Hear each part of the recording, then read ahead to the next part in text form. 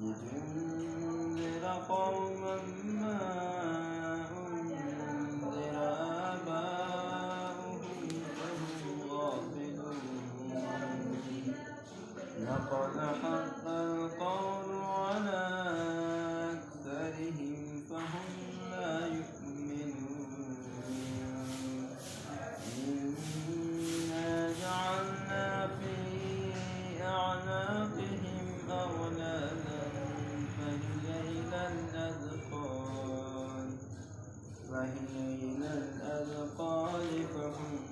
مقمحون وجعلنا من بين أيديهم سدا ومن